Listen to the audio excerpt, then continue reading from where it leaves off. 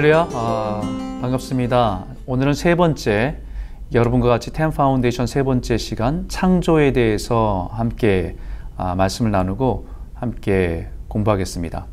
지난 시간에 하나님에 대해서 우리가 잠시 나눌 때에 간단히 창조와 진화에 대한 의미를 조금 나눴습니다. 오늘도 깊이 들어가서 살펴보기를 원하는데, 창조를 믿고 안 믿고, 이것은 개인의 선택이 아니라 이것은 굉장히 중요한 우리의 삶의 중요한 믿음입니다. 세상에는 하나님을 믿느냐 아니면 하나님을 믿지 않느냐, 이 두 가지밖에 존재하지 않습니다. 그 외에 다른 믿음을 가지고 살 수는 없겠죠. 이 믿음을 가지고 살아간다는 것은 굉장히 중요합니다. 특별히 우리 개인에 대해서, 나 자신에 대해서 가치를 어떻게 여기고 살아가냐가 결정되기 때문입니다. 그것은 결국 우리가 살아간 삶에 나에 대해서 내 자존심과 자존감에 대한 가치에 영향을 주기 때문입니다. 나는 그냥 어쩌다 생겨난 존재가 아니라 하나님의 창조 계획 속에서 하나님의 특별한 목적과 계획 속에 태어난 존재라는 것. 내가 가지고 있는 모든 것이 부족하고 또 연약해도 그 자체로 하나님께서 계획을 갖고 계시고 아름답다라고 말씀하신, 존귀하다고 말씀하신 그것을 가지고 살아가는 것이 우리의 믿음이기 때문입니다. 이것은 내 자신에게만 영향을 미치는 게 아니라 다른 사람에게 대한 관계에도 영향을 미치게 됩니다. 내가 하나님 앞에서 존귀한 자라는 것을, 가치를 하나님부터 부여받아서 그 가치를 가지고 살아가는 것처럼, 내가 만나는 많은 사람들 또한 그 사람들의 외적인 모습이 어떠하든 간에, 그 사람의 능력이 어떠하든 간에 하나님 앞에서 존귀하다는 것을 우리가 인정하고 그들을 대우하고 그들과 함께 살아가는 관계를 맺어가기 때문입니다. 이번에 코로나 바이러스를 통해서 우리가 적나라하게 볼 수 있었던 것은 공산주의, 유물론, 하나님을 인정하지 않는 사회가 사람을 어떻게 대우하는지를 우리는 똑똑히 보았습니다. 단지 그것은 존귀하게 여기는 것이 아니라 물건으로 취급하고 생명을 존중히 여기지 않는 그 사회와 그렇지 않은 그런 사회들을 우리가 적나라하게 볼 수 있었던 시간들이었던 것이지요. 이것이 우리 창조를 하나님을 믿고 살아가느냐 아니냐의 차이가 굉장히 크다는 것을 알게 됩니다. 하나님을 신뢰하고 또 이해하게 되고 또 하나님을 의지하게 되는데 우리의 삶에 이 창조가 영향을 미치게 됩니다. 다시 한번 간단히 복습해 보면, 세상엔 두 가지 믿음밖에 없지요. 신이 있다라고 하는 믿음과 신이 없다라고 하는 믿음. 이 속에서 하나님을 아는 것과 믿고 아는 것과 진화를 믿고 살아가는 것은 너무나 다르다는 것입니다. 왜냐하면 이것은 인포메이션, 그냥 지적으로 우리가 초등학교 때 배웠던 하나의 학습의 내용의 구분이 아니라 이것은 우리의 삶을 결정하기 때문입니다. 이 믿음에 따라서 우리가 생각하는 인생의 행복과 불행이라고 하는 것을 결정하는 기준이 달라집니다. 우리 인생의 성공과 실패를 구분하는 기준 또한 달라집니다. 하나님을 믿는 것은 이 모든 만물이 필연 가운데 하나님의 목적과 계획에 따라 지음받았다는 것을 믿는 것이죠. 모든 것이 다 목적이 있는 것이죠. 주변을 돌아보면 우리의 삶에 있는 모든 것들이 이것을 만든 사람의 목적이 분명히 있어서 존재하는 것들입니다. 그러나 진화론이라고 하는 것은 우리가 어떤 미생물서부터 시작되어서 우연을 통해서 돌연변을 통해서 오늘날 그것이 형성됐다라고 하는 것을 믿는 믿음 위에서 우리가 받아들여야 될 이론이라는 것입니다. 진화론은 우연한 존재로서 우리에게 가치를 부여하기 때문에 우리의 존재에 대한 어떤 가치를 부여할 수 없고 우리의 삶은 허무함과 공허함에 빠질 수밖에 없는 것입니다. 우리는 분명하게 하나님을 믿는 사람이라고 한다면 내 존재가 하나님부터 지음받은 분명한 목적과 계획을 가지고 나는 살아간다라고 하는 분명한 확신 속에 살아가는 것이지요. 그렇기 때문에 세상에 존재하는 것, 여기 있는 것처럼 성공이나 명예나 돈이나 건강이나 아름다움이나 세상에 가치 있는 것들이 우리 주변에 많이 있는데, 이것이 하나님을 믿고 있는 내 존재가 하나님부터 온 가치를 가지고 살아가고 내 삶의 목적을 가지고 있는 사람이라고 한다면, 이 사람들은 이런 모든 것들을 그 목적을 이루기 위해서 하나님의 나에게 허락하신 것들이고 사용해야 될 것이라고, 하나님의 영광을 위해 사용될 것이라고 우리가 쓰게 되는 것들입니다. 도구일 뿐입니다. 그러나 반대로 진화론에 기초한 삶의 의미를 가지고 있다고 한다면 이 모든 것은 더 많이 가질수록, 더 좋은 것을, 더 나은 것을 가질수록 내 가치에 영향을 미친다고 생각하기 때문에 이것을 끝까지 붙들려고 몸부림치는 삶을 살아가게 될 수밖에 없습니다. 또한 그것이 언젠가는 영원하지 않고 그것을 잃어버렸을 때 그 삶이 전체가 흔들려 버리게 되는 그런 불안한 삶을 살아갈 수밖에 없다는 것이죠. 그렇다고 하면 우리를 이 땅 가운데 모든 만물을 창조하신 하나님의 창조의 목적이 있습니다. 왜 하나님께서 만물을 창조하셨을까? 창조의 목적과 이유가 무엇일까? 이것은 결국은 피조물인 우리들의 존재의 이유이기도 하고 목적이기도 하기 때문입니다. 첫 번째는 하나님의 영광입니다. 하나님의 영광. 하나님의 영광을 위해서 우리를 창조하셨다. 두 번째는 하나님의 주권입니다. 하나님께서는 모든 것들이 그분 안에 소유인 것을 우리에게 말씀하고 있고 우리에게 주어진 모든 것들이 하나님께 주신 것을 인정하며 살아가는 것이죠. 세 번째는 하나님의 창조 속에서 하나님의 영광과 하나님의 성품을 그곳에서 우리에게 보여주신다. 네 번째는 창조 속에 하나님의 지혜가 있다. 이것이 창조의 목적 네 가지인데요. 하나님의 영광이라고 하는 그 말씀을 여기 이렇게 말합니다. 골로새서 1장 16절에 만물이 그에게서 창조되되 하늘과 땅에서 보이는 것들과 보이지 않는 것들과 혹은 왕권들이나 주권들이나 통치자들이나 권세들이나 만물이 다 그로 말미암고 그를 위하여 창조되었고 그를 위하여 창조되었다라고 말합니다.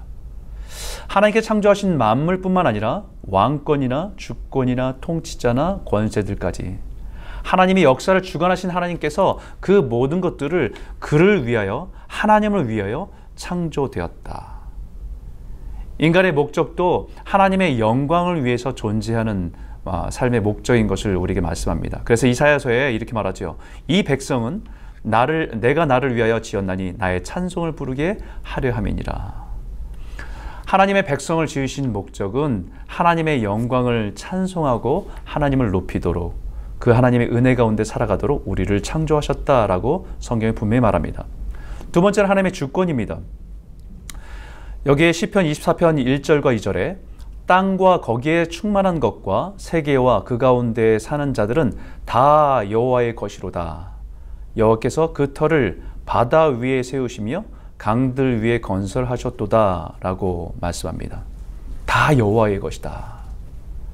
땅과 거기에 충만한 것 그리고 그 가운데 사는 자들은 다 여호와의 것들입니다. 우리 삶의 모든 것이 하나님의 것입니다. 하나님의 소유입니다. 우리가 잘 알다시피 그 베드로전서 2장 9절에 그러나 너희는 택하신 족속이요 왕 같은 제사장들이요 거룩한 나라요 그의 소유가 된 백성이니 라고 말합니다. 그의 소유가 된 백성. 우리에게 속한 모든 것들이 하나님의 것임을 인정하는 것입니다. 우리가 사랑하는 자녀들, 건강, 우리의 모든 것이 하나님의 주권 안에 있음을 인정하고 살아가는 것이지요. 세 번째는 모든 창조물 가운데 하나님의 성품, 하나님의 캐릭터가 다 담겨져 있습니다. 로마서 1장 20절에 창세로부터 그의 보이지 아니하는 것들 곧 그의 영원하신 능력과 신성이 그가 만드신 만물에 분명히 보여 알려졌나니 그러므로 그들이 핑계하지 못할지니라 라고 말씀합니다. 모든 만물에는 하나님의 능력과 하나님의 신성이 분명히 보여졌다라고 말씀합니다.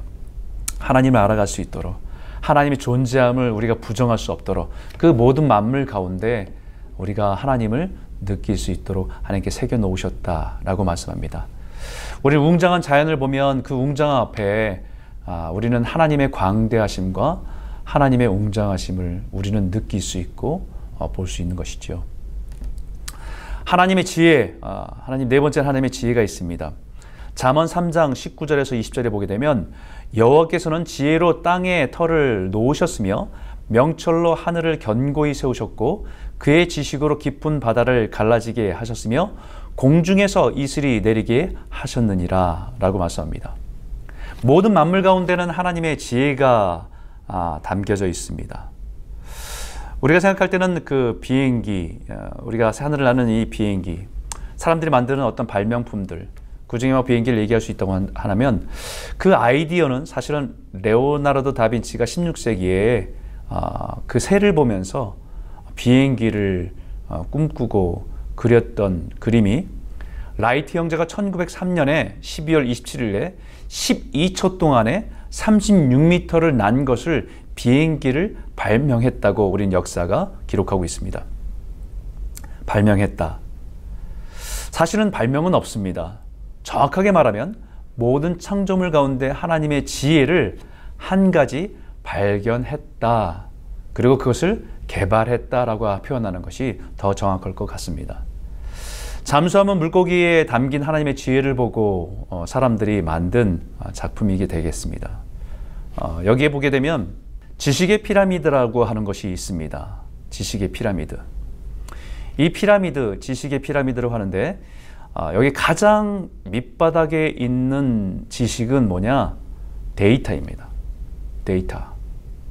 이것은 존재하는 모든 것들이고 우리가 눈으로 인식하면서 느낄 수 있는 것들입니다. 이것을 나열하는 것, 산, 강, 나무, 구름, 토끼, 우리가 보이는 것들을 이렇게 인식하면서 우리가 이것을 데이터로 받아들인 것들이죠. 그리고 그 위에 이 데이터를 이제 우리 감각을 통해서 인식하는 것들이 정보라고 인포메이션이라고 할 수 있습니다. 아까 보았던 산이 참 푸르다. 강이 흘러간다. 나무는 자란다. 구름은 뭐 흰 구름도 있고 먹구름도 있고 뭐 검은 구름도 있고 토끼는 풀을 먹고 자라는구나 라고 하는 우리가 그런 데이터들이 우리 감각을 통해서 우리의 정보로서 우리에게 들어오는 것, 쌓이는 것들이 정보라고 할 수 있는 것입니다. 세 번째는 지식입니다. knowledge. 이런 데이터와 정보들의 상관관계를 조금 더 우리가 배우고 우리가 이해하는 것입니다. 예를 들면 아까 얘기했던 것처럼 구름에서 비가 내리면 나무와 풀이 자라는구나. 토끼는 그 풀을 먹고 또 늑대는 토끼를 먹는 이 동물들 간의 먹이 사슬이 존재하고 있구나 라는 것을 발견하고 배우게 되는 것이 지식입니다. 그 위에 가장 위에 있는 것은 wisdom, 지혜입니다. 이 지혜는 이 모든 데이터 정보와 지식들의 모든 질서와 균형들을 파악하고 보이지 않는 영역까지 이해하고 있는 것들이죠. 예를 들면 늑대가 무서워서 사람들 공격하니까 늑대를 없애자라고 하면 늑대가 없어지면 결국은 토끼가 많아지고 토끼가 많아지니까 풀의 부족이 오고 그러니까 결국은 비가 내리면 산사태가 나고 홍수가 나서 결국은 우리가 또 피해를 받게 되는구나 라고 하는 것들을 경험을 통해서 인생의 경험을 통해 대해서 얻게 되는 지혜라는 거죠. 이런 모든 지식과 정보들의 상관관계들 그리고 균형과 질서에 대한 이해들 이것들을 파악하는 것이 지혜라고 할 수 있는 겁니다. 그렇기 때문에 우리가 깜짝 놀라는 것은 우리 할머니들이나 우리 조상들이 우리보다 많은 지식을 갖고 공부하고 한 것은 아니지만 그들이 우리보다 훨씬 더 깊은 지혜를 가지고 살았구나라는 것을 때때로 깨닫게 될 때가 있습니다. 할머니들의 지혜 그냥 오랫동안에 해왔기 때문에 그냥 단순하게 받아들였는데 그것을 어느 날 보니까 산모들이 미역국을 먹는 것이라든지 체하면 손을 딴다든지 이런 것들은 그냥 우리 습관처럼 그것을 해왔기 때문에 그냥 문화처럼 받아들인 것이지만 알고 보니까 거기에는 참 조상들의 지혜가 있더라라고 하는 것을 발견하게 됩니다. 오늘날 우리가 인류가 지금 피부로 느끼며 깨닫게 되는 것은 인류가 모든 자연들을 파괴하고 발전을 위해서 모든 것을 해왔던 것들이 결국은 환경 파괴로 인해서 다시 우리에게 고통으로 돌아오고 있구나라는 것을 깨닫게 되는 그런 것들을 경험하게 됩니다. 성경에는 솔로몬의 지혜의 왕이라고 하는 솔로몬의 지혜가 보입니다. 그가 판결할 때 그 모든 판결의 지혜는 학교에서 배운 것이 아닙니다. 그것은 온 세상을 만물을 지으시는 하나님께서 그 솔로몬에게 지혜의 은혜를 베푸셔서 하나님이 세상을 운영하는 것들에 대한 깨달음을 가지고 그 지혜를 가지고 살았던 사람이 솔로몬이라고 할 수 있는 것이지요. 예를 들면 의료학계에서 마취라고 하는 것이, 수술할 때 마취를 하지 않습니까?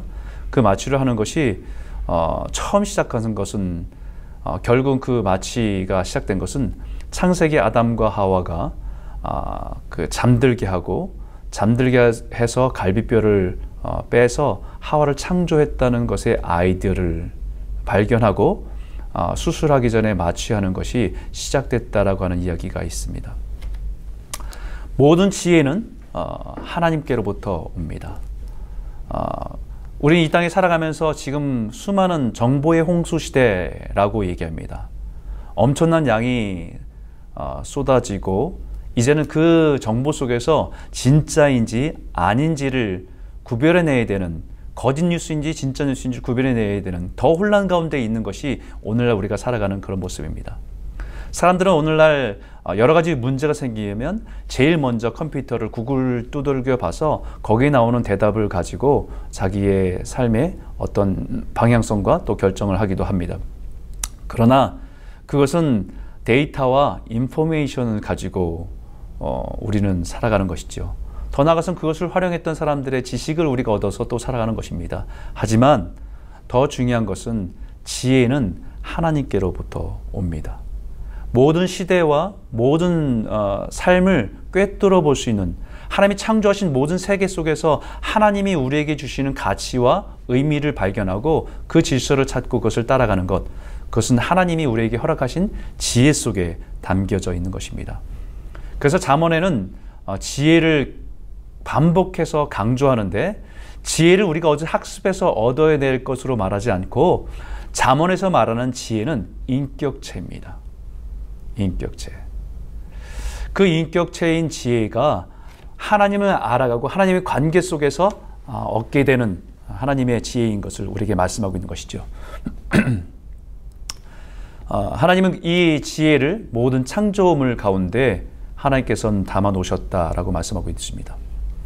그렇다고 한다면 이제 하나님께서는 이 창조를 어떻게 이루어 가시는 것인가, 그리고 그 창조의 일을 동역해서 오늘날도 함께 동역하고 있는 우리의 삶 속에서 이 창조는 어떻게 이어지고 있는가 살펴보면 세 가지를 얘기할 수 있는데, 여기는 진화론이라고 하는 방법은 세상에서 말하는 것이지요. 어떤 미생물이 발전되어서 또 우연의 어떤 돌연변이를 통해서 진화되었다라고 하는 것. 또 하나는 유신론적 진화가 있습니다. 하나님을 믿지만, 하나님을 진화라는 말을 사용하는 좀 거부감이 있지만, 이 말은 하나님을 믿는 믿음 안에서, 하나님이 모든 걸 창조하셨다는 그 믿음 안에서 모든 창조물들이 변화와 적응하는 과정에서 나타나는 변화들, 그것을 인정하는 것까지도 얘기합니다. 세 번째는 초자연적 창조를 얘기합니다. 성경에 6일간 창조하셨다고 하니까 6일간의 창조 시간 개념을 받아들이고 오늘날과 똑같은 하루의 개념으로 이해하는 세 가지로 압축해서 말할 수 있을 것 같습니다. 우리 이 세 가지 중에서 진화론은 인정하지 않고 받아들이지 않습니다. 하지만 하나님의 창조를 믿는 믿음 안에서 약간의 융통성을 가지고 서로에 대한 견해들을 우리가 다룰 수 있다는 것을 인정하고 있는 것에 유신론적 진화와 초자연적 창조를 구분해서 서로의 다른 것들을 서로 다른 믿음이 있다는 것을 이해할 필요는 있습니다. 유신론적 진화와 초자연적 창조라고 하는 두 가지의 큰 차이는, 창조할 때 하나님께 창조하실 때 첫째 날과 둘째 날의 날의 개념은 우리의 개념과 다른 시간 개념일 수 있다. 왜냐하면 넷째 날에 되어서야 해와 달과 별을 창조하셨기 때문에, 해와 달과 별이 우리의 시간 개념을 형성하는 그 개념 속에 있기 때문에 결국은 첫째 날, 둘째 날, 셋째 날은 우리가 생각하는 하루의 개념과 다를 수 있다라고 하는 그런 개념 속에서 이해하는 것들입니다. 그것이 늙은 지구론이라고 표현할 수도 있죠. 긴 역사를 가진 지구가 역사를 가지고 있다라고 하는 그것에 과학과 함께 공감을 형성해 나아가는 창조론 속에서 과학과 이해함 속에 같이 있는 것이라고 볼 수 있는 거죠. 초자연적 창조는 그냥 아까도 말씀드렸던 성경이 6일간 창조하셨다는 그 6일간의 개념을 가지고 그대로 적용해서 지구의 역사는 6,000년, 젊은 지구론이죠. 6,000년이다. 이렇게 이해하고 있습니다. 저는 여러분들에게 이것에 대해서 논쟁을 원하지는 않습니다. 이것은 우리 안에서 정확하게 성경은 그 창조에 대해 설명하는 것이 아니라 구원에 대한 이야기를 하고 있기 때문에 이 부분에서는 열어놓고 우리가 선택할 수 있는 믿음이라 생각됩니다. 논쟁을 원하지 않고 이것 때문에 창조과학에서마저도 갈라진 의견 때문에 서로를 비난하고 정죄하는 일이 있는데 성도 간의 이런 의견들은 그냥 열어놓고 그럴 수 있다. 하지만 창조 안에서의 그런 변화들은 서로 열어놓고 이해함 가운데 우리가 서로 용납해 주는 것이 필요하지 않을까 이렇게 생각됩니다. 혹시 여러분들 운전하다 보면 이 차의 뒤에 이런 물고기 모양으로 붙여진 거 혹시 보신 적이 있으신가요? 뭐 X 같기도 하고 번호 같기도 하고 뭐 라틴어 같은데 이것은 뭐냐면요. 이것은 초대교회에 그리스도인들이 핍박을 받을 때에 자신들의 신앙, 우리는 예수 믿는 사람이라고 하는 서로 간의 암호처럼 예수 믿는 사람의 자신의 신앙을 표현했던 그 표식입니다. 그래서 여기에 이 익투스라고 하는 물고기를 말하는 이니셜인데 그 이니셜이 다 의미가 뭐냐면요. 예수스, 크리스토스, 데우스, 휘오스, 소테르라고 하는 겁니다. 뭐냐면 예수 그리스도 하나님의 아들 구원자라고 하는 뜻을 하나씩 의미를 이니셜을 따니까 익투스라고 하는 물고기의 단어가 되는 거죠. 그래서 카타곰 초대교회 속에서 지하에서 자신의 믿음을 지키고 살았던 사람들이 벽에다가 물고기 그림을 그리거나 땅바닥에 물그림을 그려서 자신의 믿음이 서로 간에 같은 믿음이 사람이구나라는 걸 확인하기 위해서 표식을 했던 그런 부분들입니다. 그랬더니 그것이 자신의 믿음을 표현했던 사람들이 뒤에서 차량에 이런 모습을 붙이고 다니면 또 이런 모습들도 있습니다. 이 모습은 다윈이라고 써 있죠. 그리고 물고기 모양이지만 다리가 붙어 있는 겁니다.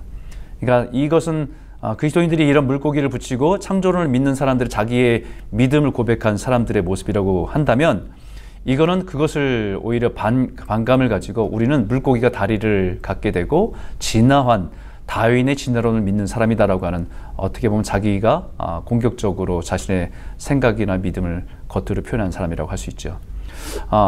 그러다 보니까 막 운전하다 보니까 이런 그림도 있더라고요. 뭐냐면 트루스라는 물고기가 결국은 다윈의 물고기를 잡아먹는 이런 것까지 붙이고 다니는 사람들을 보게 됩니다. 어떻게 보면 이것을 그냥 운전하다 보면 그냥 하나의 뭐 자기의 표현 방식이다 생각하지만 결국은 자신들의 그런 가치관들이 세상 속에서 끊임없이 충돌하고 있구나라는 생각을 하게 됩니다. 결국은 진리가 그런 모든 거짓된 것들을 다 이기고 진리만이 승리할 것이라고 우리는 믿죠. 창조의 원리가 있습니다. 하나님 창조하실 때에 무엇으로 창조하셨습니까? 하나님 창조하실 때 말씀으로 창조하셨죠. 그 말씀이 로고스잖아요. 그 말씀이 육신에서 이 땅 가운데 오신 분이 예수 그리스도 아닙니까? 창세기 1장과 2장에 이렇게 말합니다. 태초에 하나님이 천지를 창조하시니라. 땅이 혼돈하고 공허하며 흑암의 깊음 위에 있고 하나님의 영은 수면 위에 운행하시니라. 창조의 사건은 지난 시간에 하나님을 대해서 말씀할 때 성부 하나님과 성자 하나님과 성령님이 함께 하시는 놀라운 역사입니다. 하나님은 말씀하셔서 그 말씀이 하나님 성자에 있던 말씀이 일하시고 성령은 그 위에 수면 가운데 함께 운행하시는 일들을 행하셨던 것들이죠. 그 하나님 말씀이 육신이 되어서 우리와 함께 계신 것이 성육신 하신 인카네이션 하신 주님이시고 그 주님이 우리와 영원토록 함께 하신다는 약속이 임마누엘이라고 하는 하나님의 분명한 약속입니다. 여기서 우리가 주목할 것은 뭐냐면요. 창조 이전의 모습의 특징입니다. 하나님이 창조하시기 전에 세상의 모습의 특징은 혼돈과 공허와 흑암입니다. 거기에 하나님이 빛이 있으라라고 하는 말씀이 선포되니까 세상은 질서가 되어지고 세상이라는 코스모스라고 하는 질서가 형성이 된 것이 하나님의 창조입니다. 이것은 우리가 예수 믿는 것과 동일합니다. 예수가 없는 삶, 하나님의 다스림이 없는 사람, 그 삶은 여전히 우리가 호흡을 하고 살아가지만 분주함과 혼돈과 방황 가운데 살아갈 수밖에 없습니다. 아까도 얘기했지만 그 진화론에 기초한 사람이 자신의 존재에 대한 의미를 아무리 찾으려고 해도 세상에 있는 좋은 것들을 자신의 삶을 채우려고 해도 결국은 그가 느끼는 것은 공허함이고 혼돈에 빠져 있을 수밖에 없습니다. 그런데 마치 여기 창조하실 때 하나님께서 빛이 있으라고 하는 말씀으로 모든 세계가 질서 있게 잡히며 하나님의 질서 속에서 운영되는 것처럼 하나님의 말씀이신 예수 그리스도가 우리의 삶에 들어와 다스리기 시작할 때 우리의 삶은 내 삶의 목적과 내 삶의 방향성과 살아가는 모든 것들이 질서 있게 되고 안정감을 찾게 되고 평안을 누리게 됩니다. 죽음이라는 현실 앞에서 두려워하고 그 이후의 삶에 어떻게 될지 두려워하는 그 사람에게 생명이신 예수 그리스도가 들어올 때 죽음조차도 우리에게는 두려움이 아니라 죽음 너머에 있는 하나님의 평강을 바라볼 수 있는 그 평안을 가지고 살아가는 것이 예수의 생명을 붙들고 내 안에 하나님께서 재창조하신 그 일들로 일어나는 일들이라 말씀하고 있는 것이죠. 하나님의 만물의 창조를 간단히 살펴보면 여러분은 주일학교 때 여러분 많이 들었을 겁니다. 만물의 창조 첫째 날은 우주가 있고 빛이 있으라고 하는 빛의 창조를 통해서 시작됩니다. 둘째 날에는 궁창을 지어서 나누게 되죠. 셋째 날은 그 안에 바다와 땅으로 구별하고 식물들이 자라게 되는 것을 보게 됩니다. 넷째 날은 하늘의 해과 달과 별을 창조하십니다. 다섯째 날은 새와 물고기로 공중을 채우고 또 물속에 있는 물고기들을 채우시는 모습이죠. 여섯째 날에는 이제 땅에 짐승과 사람을 만드시고 일곱째 날은 하나님께서 안식하시는 안식일을 창조하십니다. 창조의 원리를 살펴보면 세 가지입니다. 창조의 원리는 첫 번째는 무에서 유를 창조했던 겁니다.